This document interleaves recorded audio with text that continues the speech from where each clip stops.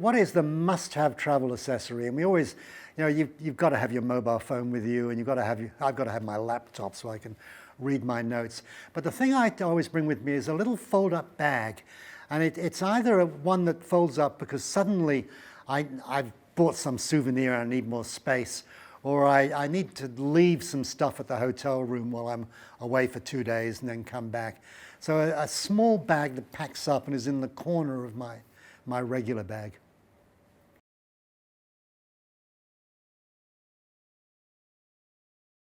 What's my favorite destination in Australia? If there's one region of Australia I just love above all others, it's the Kimberley. The Kimberley is just wonderful, and I've been there, I've flown into it, I've driven down the Gibb River Road. I've done a fair amount of travel there. And there's a place called the Kimberley Coastal Camp, which is quite close to the big waterfalls, and it is just an amazing place to be. You really feel you're a long way from anywhere, and very close to a lot of other things, including the crocodiles.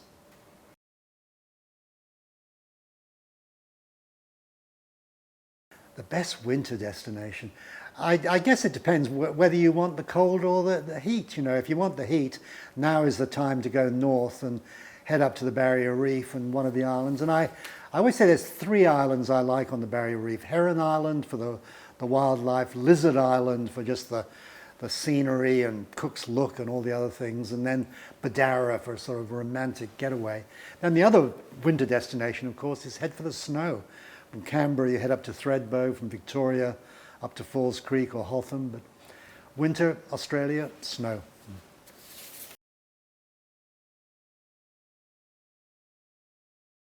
Of course, the summer is an opportunity to go places that are too hot in the north, so you don't want to be heading to the north in the summer, but Tasmania, that's the time to go to Tasmania, and some of the best walking in Australia, and Tasmania is the place to do it.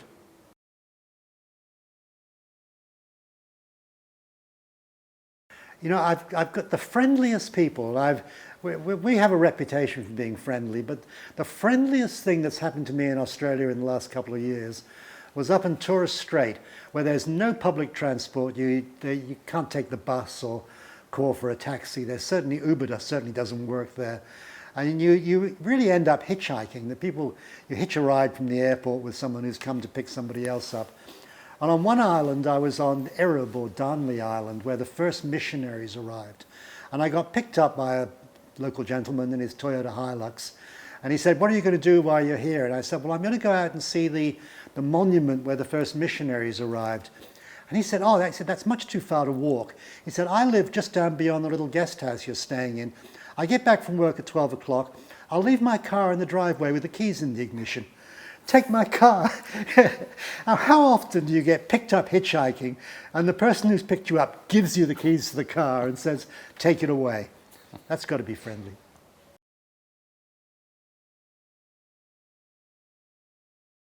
Oh, I guess probably the only thing I'd really miss is the fact that when you're at home, you can be planning to be on the road. And if you're already out on the road, you don't need to be doing that.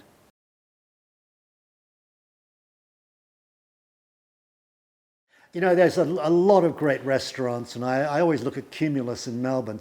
But really the best food is when you're hungriest. And I remember we were doing with some friends, walking the overland track in Australia, in Tasmania, which I've done in the sort of the more luxurious fashion, going to places and having things looked after you for you every night. And I've also done it this first time camping out. And halfway down the track, one of our group said, "I've never eaten this well at home. I don't know why the food we're preparing is so much better than my wife does." And we said, "It's not that at all. It's just you are hungry.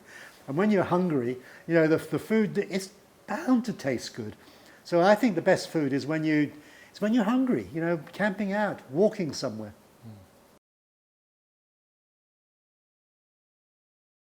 The best wine, I just drove up to a friend's winery at Mount Terrible. He produces Mount Terrible Pinot Noir. Mount Terrible is not far from Mount Buggery. They've got some great place names in Australia. Anyway, his wine has Mount Terrible across the label, and it is very nice wine.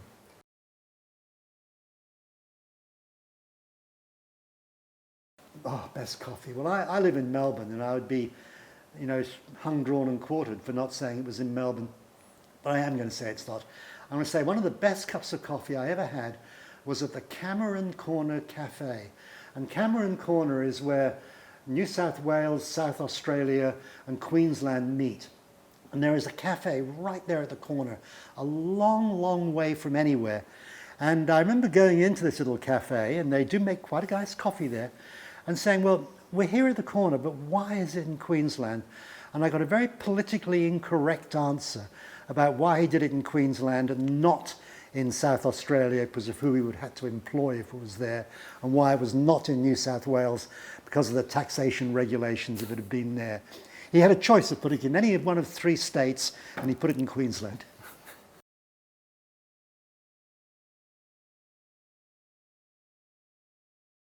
I begin by acknowledging Australia's First Nations peoples, the first Australians, and give my respect to their elders past and present, and through them to all Australian Aboriginal and Torres Strait Islander peoples.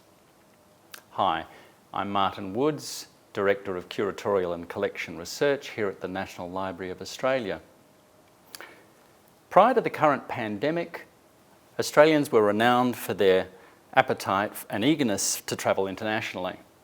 It's now 2021, and no doubt Australians are ready for their next travel challenge, but for the first time limited to their own backyard, Australia.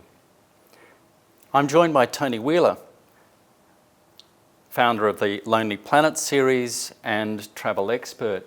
Tony is going to give us some advice for travelling this wide brown land.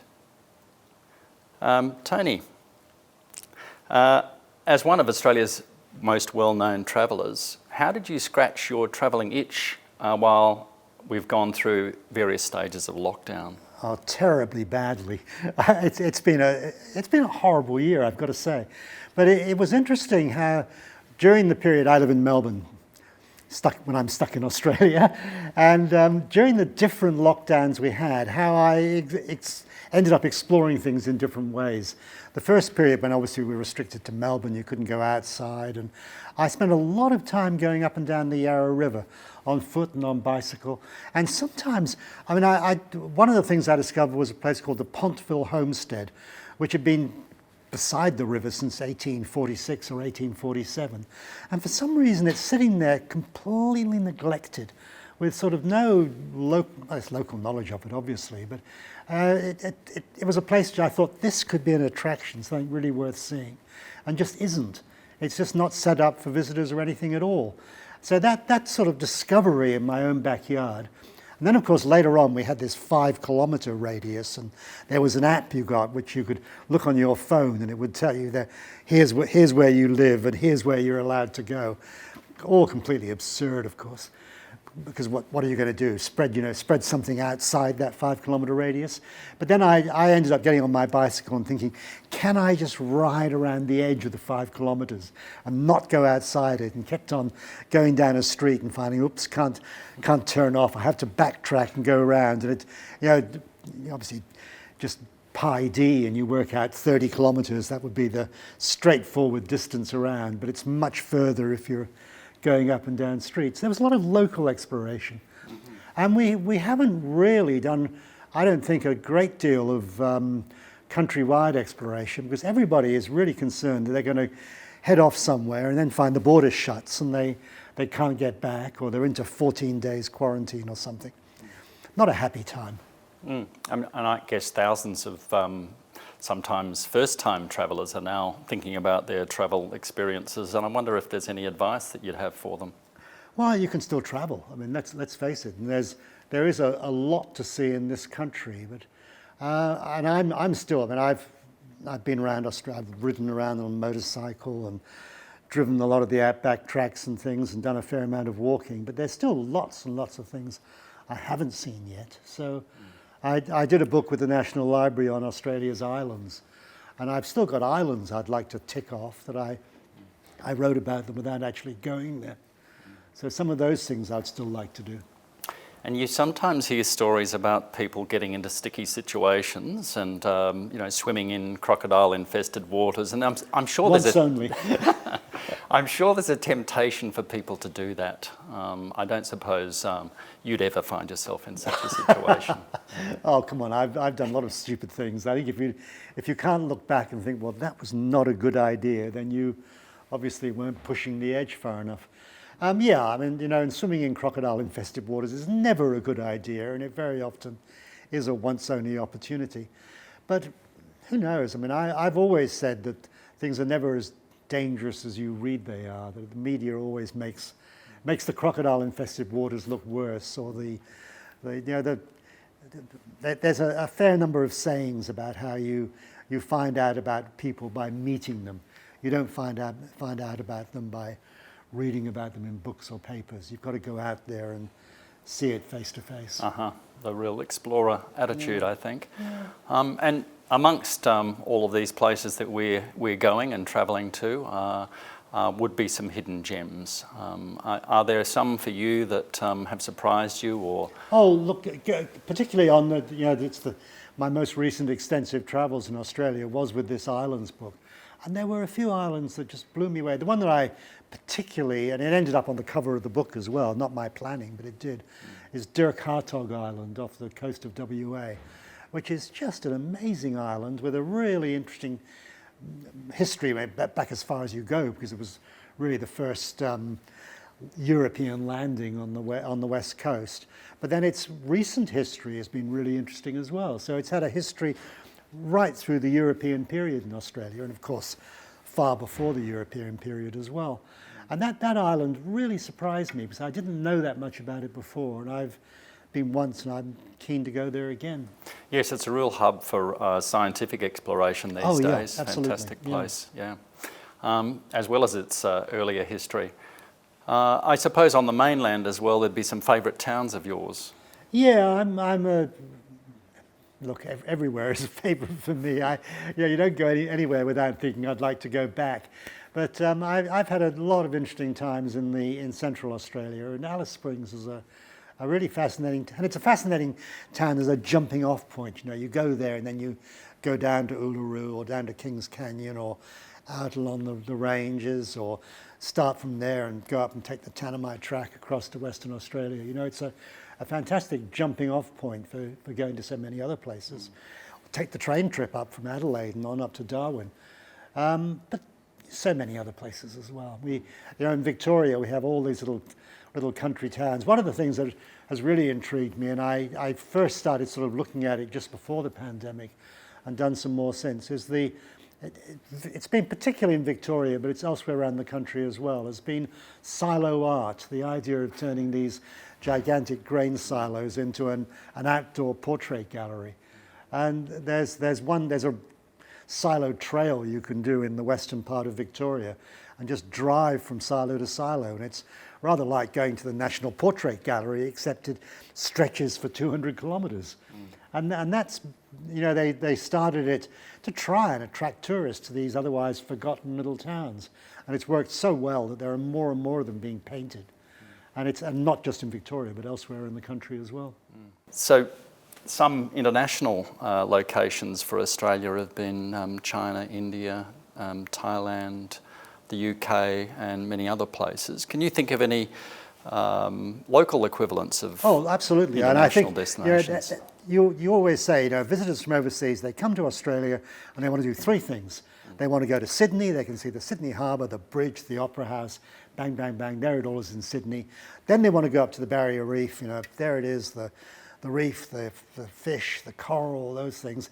Then they want to go into the centre and see Uluru and whatever the other things around the Red Centre. But of course there's so much more. And I've always thought that Tasmania is a good example of this, that nobody comes to Australia and thinks, oh yeah, forget those three iconic places. It's Tasmania I really want to see. So Tasmania is not a first-time destination. It's a place that you come back to on your second trip. And I think one of the things that shows that tourism works really well is that people do come back for second trips. It isn't a question of people signing up once, okay, I've been there, I'm not going to come back again, but coming back again. And Tasmania really, forget about being the place you're going to come to Australia for. promote Tasmania as well. I've seen those things, but oh yeah, Tasmania, that looks interesting. I'll come back and do that, and it works. And of course, that gallery in Hobart has started to make Tasmania a first-time location as well. But yeah, and we've got lots of other things like that.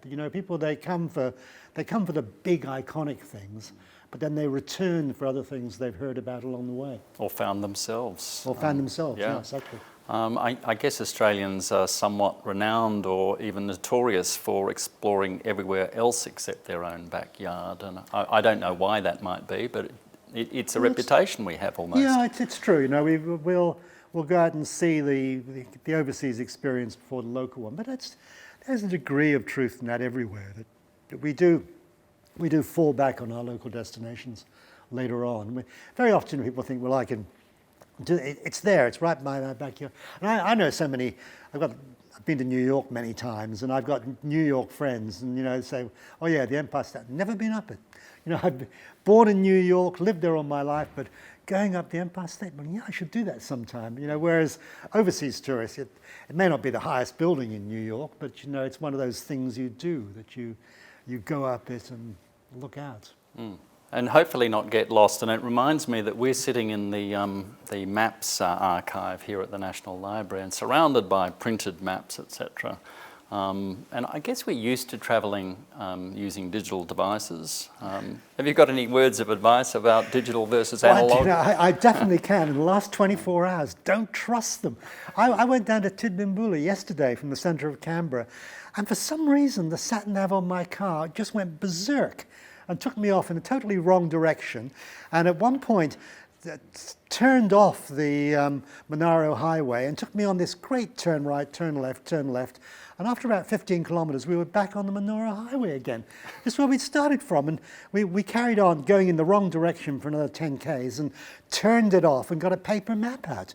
So, even today, don't trust everything digital. Sometimes you have to fall back on old technology. Yes, I found myself pulling into the servo and picking up a paper map when they're available. Sometimes I've had a fair few occasions of this where the digital system just goes nuts, and we always, we talk about it. She's telling me the wrong information. It generally is a female voice, even the recalculating when you do the wrong things. But yeah, they don't always work perfectly. And I think things can go wrong, but with a bit of planning, it can all work out. I'm wondering whether there's any advice for people travelling on a shoestring, because we can't all do high-end travel, I suppose. No, and look, there's an awful lot to be said for shoestring travel. That it does bring you closer to the surface level, and you interact with other people more. The kindness of strangers is a wonderful thing. And I think back to my very first night in Australia. Maureen and I, we travelled the hippie trail across Asia back in the early 70s, and eventually we hitched a ride on it with some New Zealanders on a yacht from Bali down to Western Australia. If we'd done this 30 years later, we'd been sent straight to Nauru. It would have been do not pass go. But we hitched out of Exmouth and heading down towards Perth, and the guy who picked us up and drove us back to whichever town it was, I forget which town it was in WA now. But we ended up sleeping in the back of his station wagon in his garage the first night. I think, here I am, I'm in Australia, and my first night I'm in the back of a station wagon in someone's garage, and what a perfect way to arrive for someone young in their early 20s. Wouldn't want to do that today. I've got my credit card now. We didn't have them in those days. Sounds like an adventure, and it's something that you did in an impromptu way, unplanned, etc. I guess there's something to be said for planning as well, though. Yeah, but so much of travel, you don't really know how things are going to work out. You set off doing them, and then you get pulled off in different directions. I think particularly when you're young, I look back to my early travel years when you never knew where you were going to end up that night. You set off in the morning and you had this sort of intention of going there, but you didn't always get there. And it's kind of a shame in a way that, today I've generally got the hotel booked and I know I've told them roughly what time I'm going to be arriving. And it is kind of a shame when you don't know you're not back in those days when you didn't know, and it was a constant surprise. And speaking of surprises, people will come across Australian wildlife, some people who don't travel very much. How do you think Australians experience their local habitat these days? Oh, look, I think, we're so aware of it these days. We are looking out for seeing things. And I remember we were staying up on Badara Island on the Barrier Reef, a very beautiful, romantic island with a resort which unfortunately has been blown away by cyclones on more than one occasion. And Maureen and I were out walking, and we really stumbled upon, I forget what sort of snake it was, but it was one you didn't want to step on. And Maureen was walking in front of me, nearly did step on it. And I fortunately didn't say, look out, because she just sort of stepped over it. And then I said, stop, and we looked at it. And we got back to the hotel, and so I was looking up what this snake might have been, Googling online. And I found comments from other people who'd been to this island. And one comment was, I checked into my room and there was a crocodile on the roof. And I thought, no, that was a gecko. And I wonder as well whether we fully understand the environment and our impact on it. Are there ways in which we can reduce our impact, or maybe even engage with the environment better? Look, I think today everybody is aware of the damage we can do, and we're thinking that I think during the pandemic when we haven't been flying so far, and there was so much talk for years about the damage we do by flying places and carbon footprints and all these things, but we can't change it because we're so locked into flying everywhere, and airlines are so important, and you just can't stop these things. And then suddenly we could. The flights all stopped. I took a photograph. I went out to Tullamarine Airport in Melbourne early on when there were just no flights at all. Everything had shut down completely. And I've got this selfie of my surprised-looking face and the departure board behind me with nothing on it, no flights at all. And I've got a lot of mileage out of that photograph. I've shown it to a lot of people.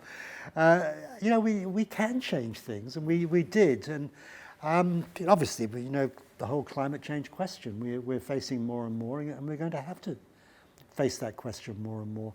How are we going to answer it? I don't know.